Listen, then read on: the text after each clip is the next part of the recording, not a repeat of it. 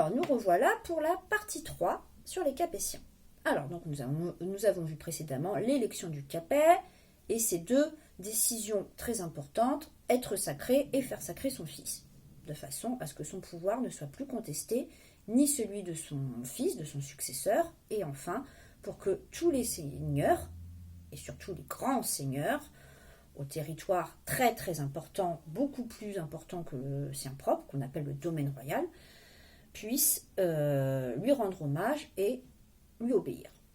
Alors, donc, les Capétiens, après Capet, ce qu'on appelle les premiers Capétiens, je vais aller assez vite, il n'y a pas grand-chose à dire, vous pouvez vous renseigner vous-même, enfin bon, voilà, c'est pas la chose la plus importante à connaître. Mais je vous donne quand même les noms. Donc vous avez Robert II le Pieux, document 7, Henri Ier, Philippe Ier, Louis VI le Gros. On s'arrête là. Alors, juste, si vous regardez bien ces documents, vous voyez que ce sont donc des médailles faites à l'époque. Des médailles, voilà. Mais ce que vous remarquez, c'est qu'on ne voit pas du tout leur tête. Hein, déjà parce que c'est très vieux, mais surtout, c'est qu'à l'époque, on l'avait vu quand nous sommes allés à Saint-Denis. Tous ces gens sont enterrés. Enfin, ont été enterrés, puisque voilà. Les portraits individuels n'existaient pas à cette époque. On s'en fichait, d'accord ? Tout ce qu'on demandait, c'est de savoir que c'était le roi parce qu'il avait tel ou tel symbole près de lui. Alors, à cette époque, il n'y a pas encore la fleur de lys non plus. Elle commence plus ou moins, on voit un peu sous Louis VI quelque chose qui ressemblerait à une fleur, mais ce n'est pas encore la fleur de lys. D'accord ? Alors, les surnoms des rois, c'est important, surtout à cette époque, parce que les numéros, hein, Robert II, Henri Ier, Philippe Ier, ces numéros n'existaient pas de leur vivant. Ils vont être mis bien plus tard, à la fin du Moyen-Âge. Je reparlerai quand on fera la vidéo là-dessus. Mais pour l'instant, on les appelle uniquement par leur prénom et un surnom. Voilà. C'est comme ça qu'on les reconnaît. Alors,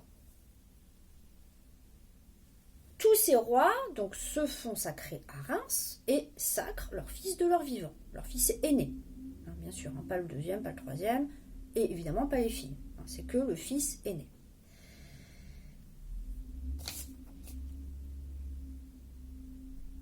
Alors, revenons à Louis VI. Alors, Louis VI, il a un fils, Louis VII, enfin, qui sera Louis VII le Pieux. Hein, pour l'instant, il n'est que Louis, le fils du roi, le fils aîné du roi. Enfin, c'est le deuxième fils. Le fils aîné est mort accidentellement. Bon, il a un deuxième fils, tant mieux pour lui. Et il veut le marier à l'héritière du duché d'Aquitaine. Alors, retournez au document 5, vous voyez le duché d'Aquitaine, comprenant également le duché de Gascogne, est énorme. Et c'est une fille. Son père est mort, il n'a pas eu de garçon, donc sa fille a hérité de tout ça. Donc c'est une fiancée très très très intéressante, puisque si elle se marie, elle va apporter tout son territoire, tout son domaine à son mari. Elle s'appelle Aliénor d'Aquitaine. Donc c'est une jeune fille très très souhaitée par plein de seigneurs, plein de grands seigneurs, et surtout par le roi de France. Donc Louis VI meurt, son fils a bien compris qu'il fallait qu'il épouse Aliénor d'Aquitaine. Donc vous voyez au document 11 et 12, Louis VII le Pieux, qui, vous remarquez, on commence à distinguer quelque peu ses traits, et on commence à reconnaître ce qui va bientôt ressembler à une fleur de lys, et Aliénor d'Aquitaine, donc c'est un vitrail. Il y a plein de représentations d'Aliénor d'Aquitaine, beaucoup plus tardives que celles faites de son vivant. Il y a ensuite donc ce vitrail, on est sûr que c'était elle à son époque, et il y a aussi une fresque, vous pouvez regarder. Voilà, Aliénor d'Aquitaine est très importante à connaître en histoire. Donc, ils se marient, et catastrophe, ils ne se supportent pas. Ils se détestent. Voilà. Alors, bon, ils arrivent à avoir 2 filles quand même. Malheureusement, c'est des filles, donc ça ne sert pas à grand-chose pour la succession sur le trône de France. Et ils finissent par divorcer. Bon. Mais Aliénor, en divorçant, récupère tout son domaine, tout son territoire. Dommage. Et elle se remarie.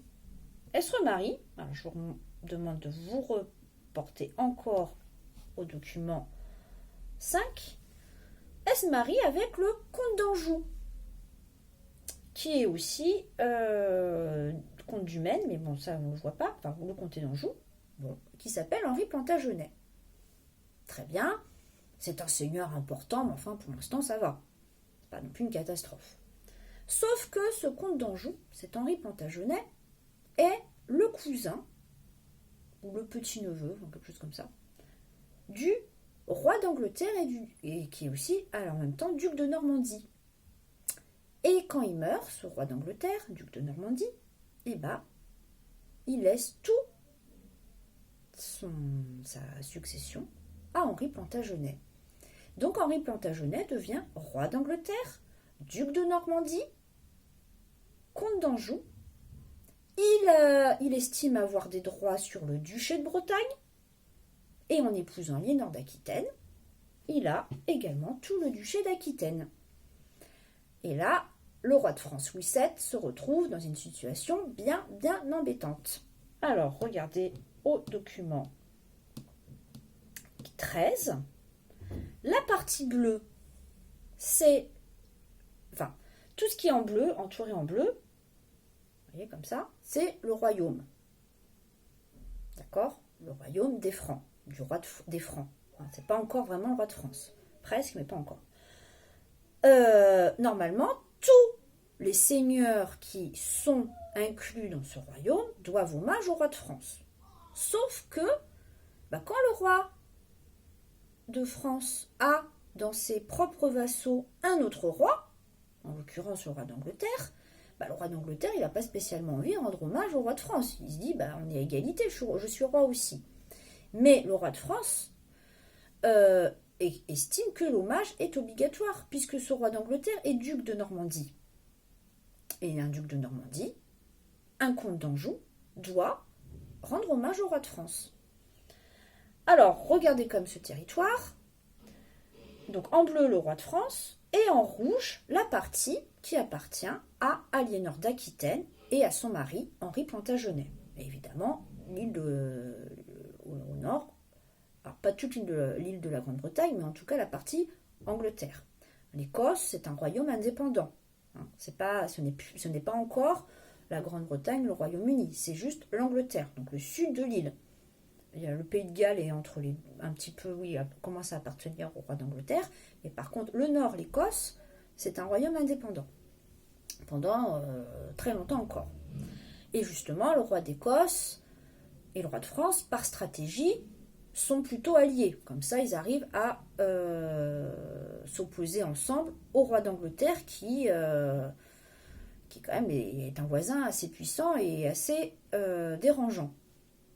Donc voilà, donc le Louis VII en divorçant fait quand même une grosse bêtise puisque Aliénor d'Aquitaine ramène quasiment la moitié du royaume de France au roi d'Angleterre.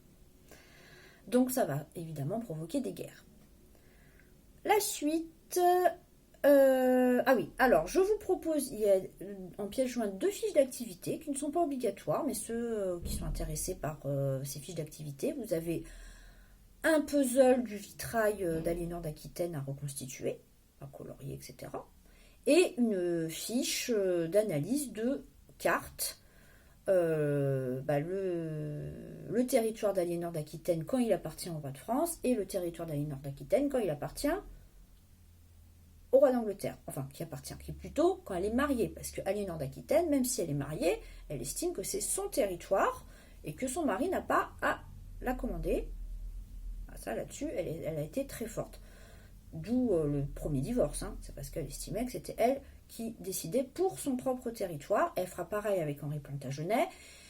Et ça va créer quelques tensions assez majeures. Avec Henri Plantagenet, elle aura plusieurs fils, dont un qui va s'appeler Richard Cœur de Lion. Elle va beaucoup se disputer avec son second mari, Henri Plantagenet, à tel point qu'il va la mettre en prison en Angleterre. jusqu'à un âge très avancé, jusqu'à ce que lui-même meure. Et quand son fils deviendra roi, il libérera sa mère, évidemment. Bon voilà, mais c'est assez succinct comme résumé de la vie d'Aliénor d'Aquitaine, mais voilà, c'est quand même une femme très passionnante, très intéressante, et j'en reparlerai un petit peu plus tard dans la prochaine vidéo. À tout à l'heure!